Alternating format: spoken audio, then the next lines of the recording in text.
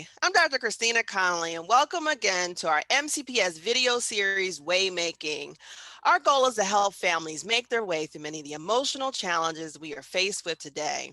I have with me today Dr. Charissa Cheah, who is a professor of psychology at the University of Maryland, Baltimore County, and Dr. Cixin Wang, who is an associate professor in school psychology at the University of Maryland, College Park. Thank you for joining us today. Thanks so Thank much you for for having having us. us. All right, so as we start our conversation today, first we want to start with, so how was COVID-19 racialized within our community? So unfortunately, the increase in xenophobia that we're seeing during this disease outbreak is not a new phenomenon. It's not a new one. And so one reason for this increase is this process of the racialization of disease, which is really simply based on the belief that races are biologically distinct and therefore prone to certain specific diseases. Now, although genetics research rejects any biological distinctions between racial categories, the linkages between these socially constructed categories of race and ethnicity to the cause and or effect of disease continues to happen. And with, as we're seeing and as we've seen in recent history, to have significant negative impact on individuals and populations. And so we saw this happening as early as with the Spanish flu, so-called, with SARS, with H1N1, with Ebola. And that's really why in 2015, the World Health Organization created a set of guidelines that prohibited new infectious diseases from being labeled, among other things, based on geographical locations or individuals, cultures, or ethnic populations in their official names. And so this outcry came after Ebola was named after a river and MERS after a geopolitical region, because initial cases were traced to those areas. With regard to the COVID-19 virus and pandemic specifically, we see that the origin, again, like the initial cases being traced to China, but it's also tied up with the current political climate, that the current sort of anti-China political climate as well. And so the administration's use of terminology like the Chinese virus or Kung flu and blaming China specifically for the virus, saying things like China has to pay for this, really is fueling the racism against Chinese and other Asian Americans. And so in our data, we find that the majority of parents and youth report being worried or really worried about their own safety because of these terms and what harm the use of these terms and the racialization of this disease might bring to them. Also, the data also suggests like at least 50% of the parents and the youth participated in our survey and reported that they experienced racial discrimination targeting them. And about 80% of the youth and the parents said that they witnessed racial discrimination towards another Asian American during COVID. So that's why we think it is a severe problem, and it is negatively impacting parents' mental health as well as youth mental health. Thank you. Yes, and we are seeing, these instances, I mean, you're talking around, I mean, because our students, our families are hearing many of these statements on the news, on social media, and, we are concerned about the potential, negative impact that experiencing discrimination has on all of our students. I mean, when MCPS is committed to the education of all students, and how does experiencing discrimination, go into that? And so, as families are hearing these things and students are potentially experiencing some of these phrases, statements, so forth, while they're at school. So then my next question is, so how can families help to create safe places for their students at home, and especially while we're in a virtual environment? So I think that the most important thing is to provide a safe and secure emotional context. And so that is not different from any kind of crisis or any kind of stressor that children might be experiencing.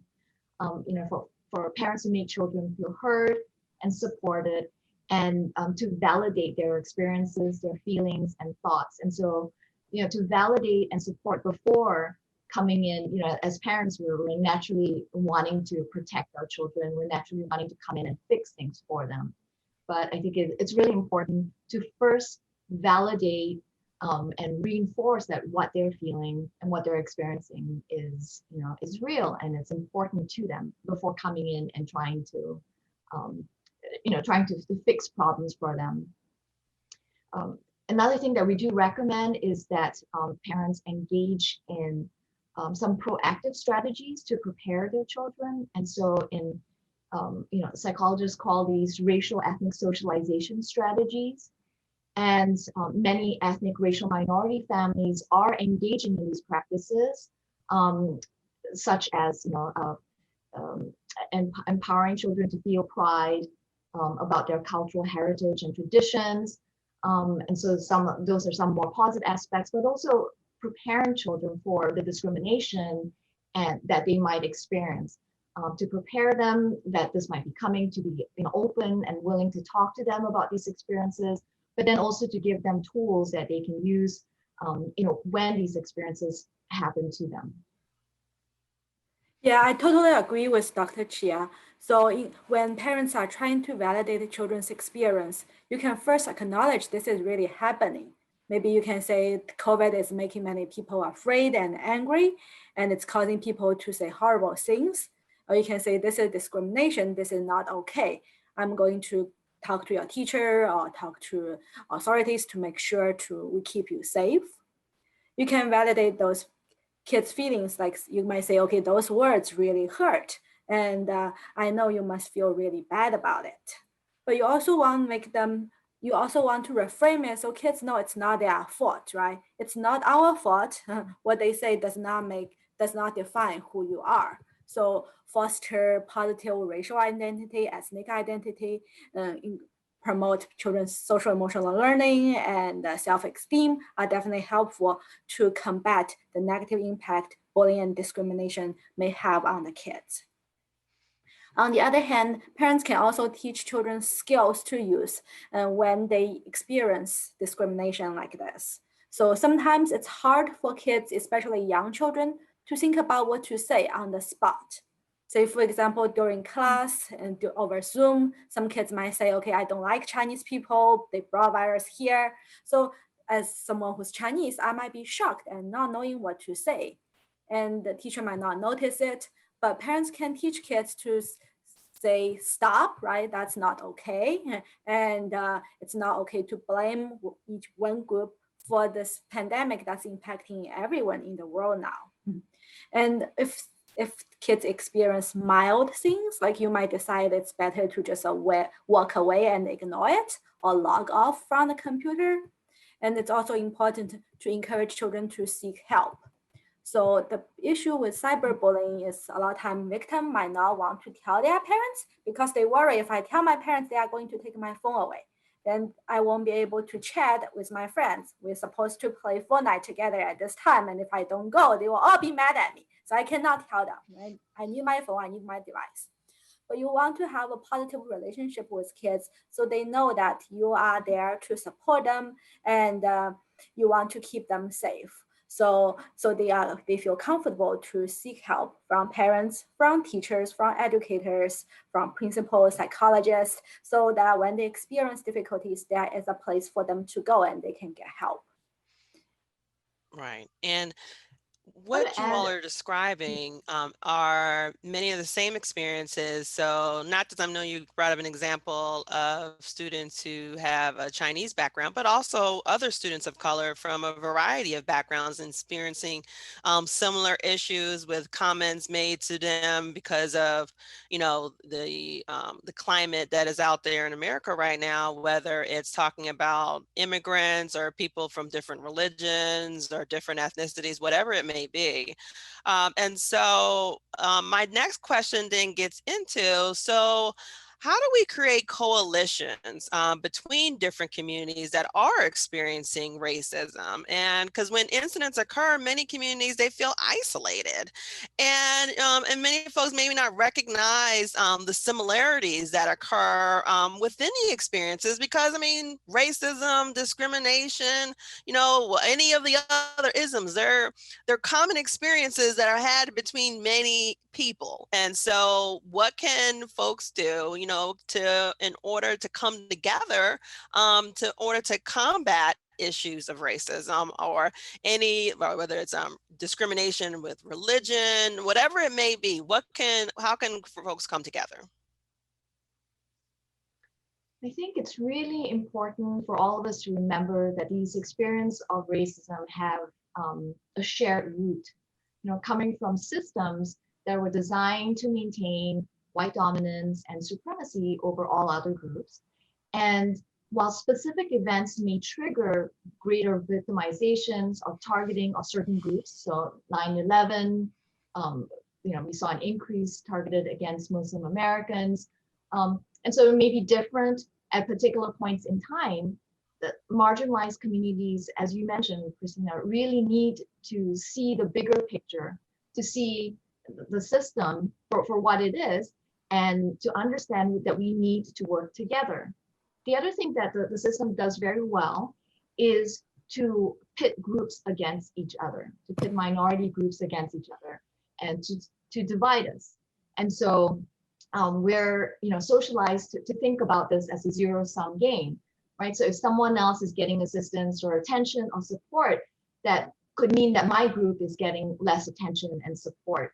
And so to break out of this natural way of thinking, right? We're affiliated with groups, we get our identity and our pride and our esteem from these groups. And so we're inclined to try to protect and look out for our own.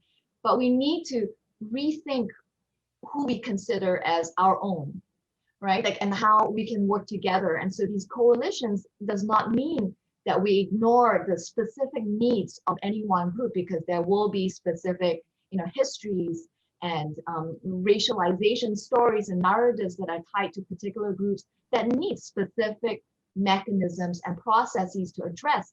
But to do it in a way also that acknowledges that other groups are also going through it together. And so how can we work together? So is a really great, you know, really great question, and a really important one to think about. How we need to all stand up, you know, for each other. And so when one group is being victimized and being targeted, you know, other groups need to stand up and to make it very clear that this is unacceptable, to lend a hand, you know, to be good allies, but to make sure then that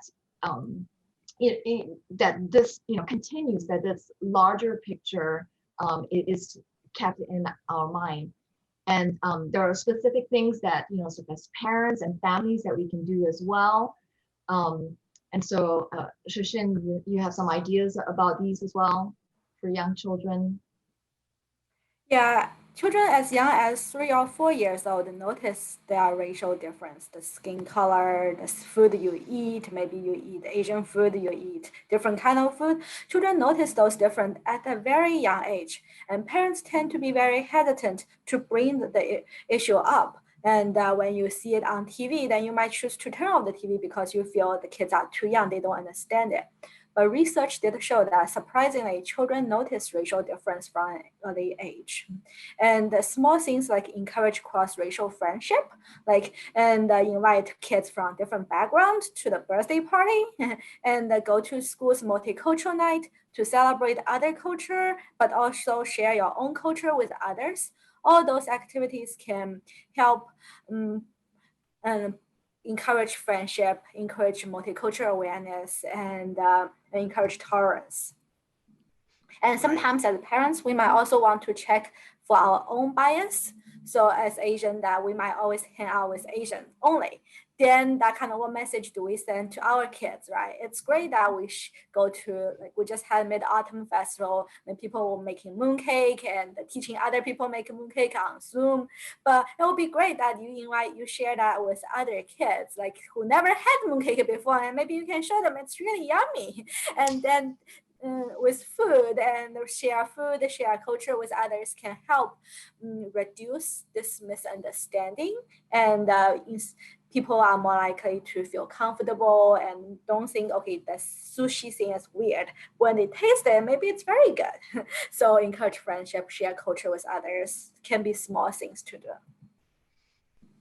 Right. And to start on these small things, but I really want to urge parents to understand that your child, even young children, have much more capacity to understand complex issues than you might give them credit for. And so parents, again, have this tendency to want to protect children, but talking about race and talking about diversity and talking about the different histories, and sometimes pointing out negative things is part of the truth and the part of the complex picture. And sometimes as parents, we want to just present them with the positive things. So with regard to culture, right? Like showcasing culture and multicultural events are really important and really an important way to sort of start the conversations. But parents and families and schools and communities need to build on that and have the more difficult conversation. And so what Cixin was saying about checking your own bias and checking your own knowledge and your own anti-racist stance is really important. And that means educating yourself as parents and adults while you're socializing your children as well. Right. No, and thank you for all of that. I mean, it is so important for our families to understand that, number one, so while, yes, I've had families come to me like, well, we got to live up to Dr. King's dream, for, everyone is looked upon the same. Like, yes, that is a goal. But at the moment, we are not there as a society, and that it is nothing wrong with having an understanding of, there are differences between us as well, and understanding who you are and understanding, what's there and what's going on, by also celebrating that all the similarities that are there amongst us as well. And so what can all of us do to have an understanding of the experiences of different groups? Because by saying that we're all the same can sometimes be like, well, I'm ignoring what's actually happening to you, like, in terms of like what may happen to other cultures or other ethnicities and their experiences in society. So we can't diminish that. We can't just sit there and say, well, I don't look at color, I'm being colorblind. No, that's not what we want you to do either. And kids do, like you say, like kids do understand. I mean, it's now in terms of issues of discrimination, a lot of those things are taught. Right. And we got to make sure working with our families in terms of, so do you understand your biases, your perspective, your worldview, and what are then you teaching your students or your kids? And then what can we do to make sure that we are standing up, especially those with privilege? What are we doing to make sure that you stand up when you see someone who's experiencing discrimination and say something? And don't just kind of sit back like, oh my God, I don't know what to do. Because sometimes I think folks are frozen too. And it's kind of like with bullying. You have a bully. What do we need for people to do to help stand up and support the victim of that bullying, right? And so the same thing when you sit there and experience discrimination, or you see someone who is experiencing discrimination, can you stand up and say something to support them as they're going through this? I think one of the joys of living in Montgomery County is we have a lot of diversity in Montgomery County. I mean, in my community, it's kind of like the United Nations, and my daughter has the experience of interacting, playing with people of all different ethnicities and languages that I never had growing up in Baltimore, where I grew up in a predominantly Black community. And I think it's wonderful. And so what can we do to, like you said, I like your idea of talking around like, well, you got a birthday party. What can we do to make sure we have kids, from all over that are here so they get a chance to interact with each other? And my daughter's friends, like they talk about their different cultures and things and what's going on with them. And it's beautiful. And living here just gives such a great opportunity for our kids to get to a place where they, because they do see race and they do see differences, but they celebrate it, and that it was like, oh, this is cool. And I went over my friend's house and I tried this and I went over there and we did that. And that's great. And that's what we want our families to experience. And, but, you know, and in going through this also, as you all said, we do want families to know that, you know, especially when one group sit there and experiences discrimination, what can we do to all stand up and be there for them and not let them experience it on their own? Because, you know, it kind of rotates. Today it might be this group and then another day it's another group, but it's still discrimination. So what can, in order for us to stop discrimination and hate, we all have to stand up together. And I also want to make sure that our families who are watching this know that MCPS does have a bullying form that you can fill out if your child is experiencing bullying. We also have procedures around hate and bias related incidents that are occurring. So if you are experiencing discrimination, there's also a process for that, and we will put that information on our screen for you. So if you are experiencing these things, who can you go to report it so that we can address it? Because we do not want you to feel like you were alone. Okay. My last question for you is, so what support do you suggest to help families stay resilient during this time? I think you would agree that self-care is extremely important. You can't take care of other people, at least for long periods of time, which this pandemic and this issue that we're talking about is long going, and it's not going anywhere anytime soon. And if we, as we're working hard, we need to really take care of ourselves. And within this pandemic, I mean, we're so reactive, like you know, things are changing so quickly, schedules are changing, everything is all over the place, and we lose, as parents, we lose ourselves in this process because, you know, we're trying to take care of children. And so, you know, self-care, whatever self-care means to you, however you recharge and you know, re-energize yourself, you have to make time and you have to make space for it. And, you know, align yourself and surround yourself with allies, with people who give you strength and who lift you up. That's really important as well. And, you know, to know your worth. If you're worth it, you're important, and that's why taking the time, you know, to do so is important. Related to that is this idea of, like, you said about reporting, and a lot of people who are the victim of, you know, bullying and discrimination and racism do not feel as if they should report for multiple reasons. Some because, oh, it's just a small thing, I'm too busy. You know, for others, no one is going to care. Why, you know, and others, I don't want to make any trouble, you know, because this might bring more trouble to me.